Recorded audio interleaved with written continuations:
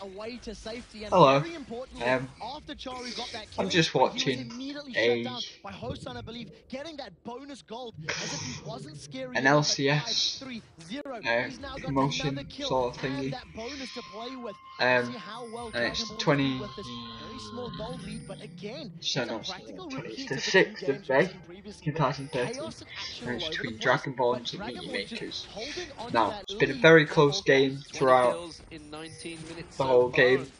I don't think we're going to be done just yet. Meet your makers, Maclap is trying to. You know, they've done well in farming. The AD carry, Virus has done a lot better than Caitlyn. As you can see, 5 kills up and about 50 farms, 60 farm, and he's got like full item plus another big item, half big item, which is of course the fucking Bloodthirster and the BF sword, and Caitlyn's just got building towards the Infinity Edge. Not even got the Infinity Edge yet. Should be picking up that up soon now. Over on the other side, Makla has only got And a couple of other little things. Anyway, I'm not interested in all that. I am interested in classic nub, a classic nub mistake that I honestly didn't know players at this level made. Like, it happens in my division, silver, and it pisses me off. Fully pisses me off. You know, DragonBorn really don't have that many wards out, but they don't need them because they're just all and you'll just see it. Wall of Pain goes down. They do put some damage on towards Makata. Oh, but actually, there is a very good play that is made by Ari. Like right there. Caught the AD carry out, fed AD carry, fed AD carry gets dropped instantly. That's a one fight there. Dredgeline will be available for Makata, but the Wall of Pain slows his progress. I think I'd have to give, in my personal opinion, most valued player to Ari this game. To be, I just don't know his name is. Sure, when he gets more famous, I'll know his name. It was the Libix ultimate as well in place, and that's going to be a kill for Kubon. Kubon's starting to get the kills. This is important. They need to get him in that game, and it's working well for them. Yeah, right now the composition is so great, and Libix control has been spot on.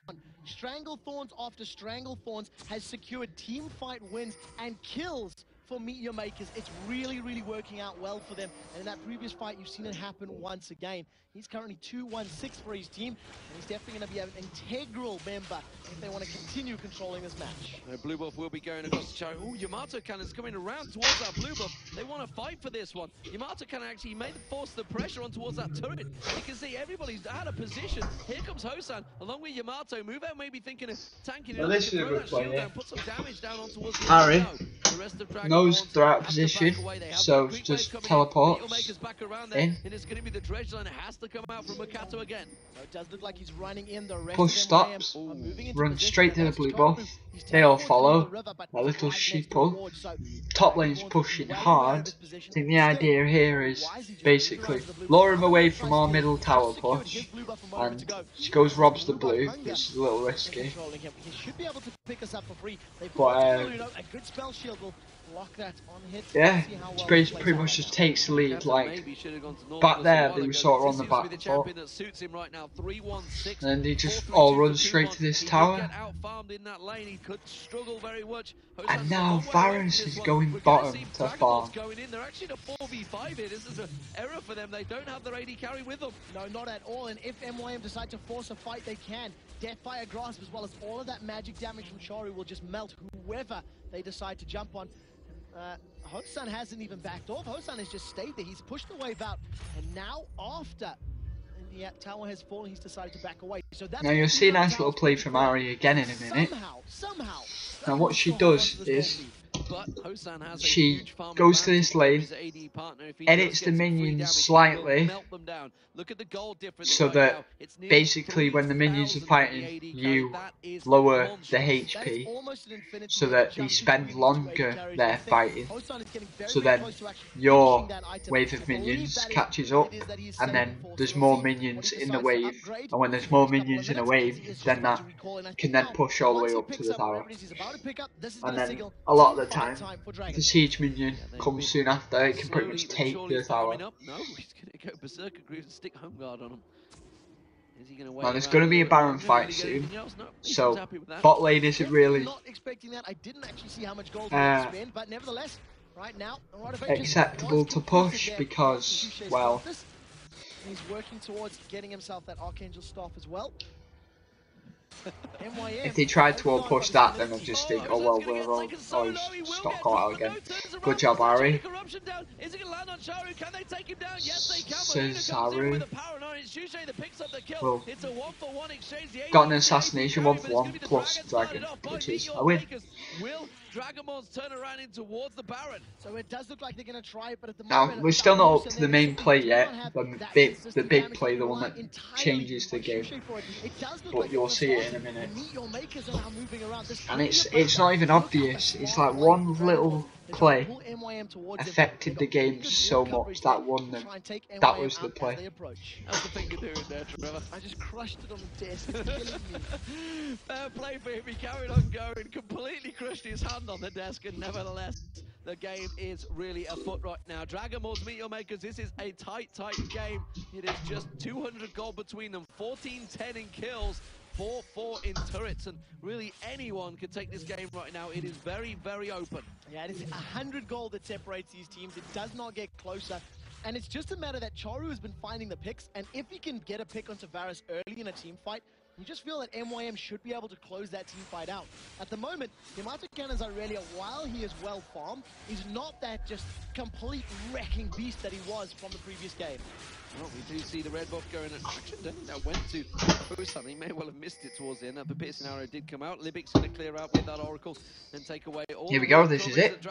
Just this one little play here, watch. You also see the pink ward in that dragon bush. He's going to be able to spot out the ward, and Meteor Maker's been very good at clearing out everything, but Charu's going to show himself way down that bottom lane. What a DragonBorn's going to do to it? Actually, they may be thinking of focusing towards the mid. The amount of money that has been spent on wards from MYM is just so incredibly good. Backs off, just looks like a Christmas because she knows they're coming through. Allowing MYM to they realise, so they just fucking think, oh, she knows what's going this way. She then runs back in, push, edits them slightly, takes a few of them out, he is hitting just so hard. Runs back up. Pop anybody. Even though there's a Negatron cloak on the side of Yamato Cannon, that DFG is just going to melt him down. Yeah, teleport's available shortly. He's not going to use it though. He's actually coming up. Realise that there's going to be DragonBorns nearby. That's it. Well, go for a just that play there. Now, you might be thinking, what the fuck are you on about? You'll see in a minute. So we'll see whether or not Charu can land a good charm. It's up to the charm or the dredge line. If that dredge line comes out, Maluno that's now pushing that way. That Shroud of Darkness to block at least one ability. Takes a while, but he does push. He was providing a body block material for the rest of the DragonBorns. They've grouped up as a 5, moved around towards this mid-inner turret, and Meteor Makers have signaled their intent. We want this turret, and we want it now. They'll try and push in for it. They have not really got a great deal of damage, and the wave clear, of course, against the Karthus, it's very hard to push. Yamato Can is chasing this one, thinking about going in. He's not half as tanky as he was before, though. Now remember, if Yamato Cannon's up front, Maluno can immediately dive onto the same target with Paranoia. And we'll see whether or not they actually want to pick this fight. Gold is even. There is nothing that separates these teams as far as total gold is concerned. Hear what they said then? Nothing separates the teams. That is, of course, going to be at the moment, they're both pretty much balanced. 2k behind his counterpart. However, Varus 2.5k above his counterpart, and it's just going to be determined by who can kill their opponent's fed carry the quickest. Most importantly, the two top laners, there you go. Actually even right Varus bot. 4v5 at Baron. They realise Varus is bot. They run to Baron.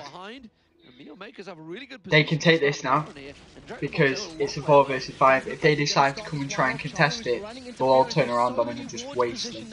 For the DragonBorns in and around the map, look for the charm to come up, and you just see Charu, who's pretty much single-handedly defended them. And while once Libic has joined the party, that's a lot of protection. This Baron will probably go down.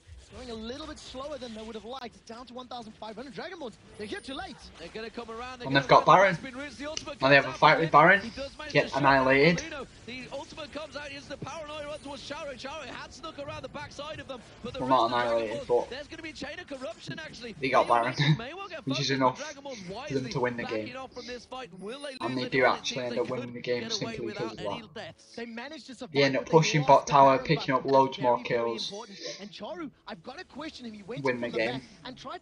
That one play from Aaron before, like I said, just push the minions up.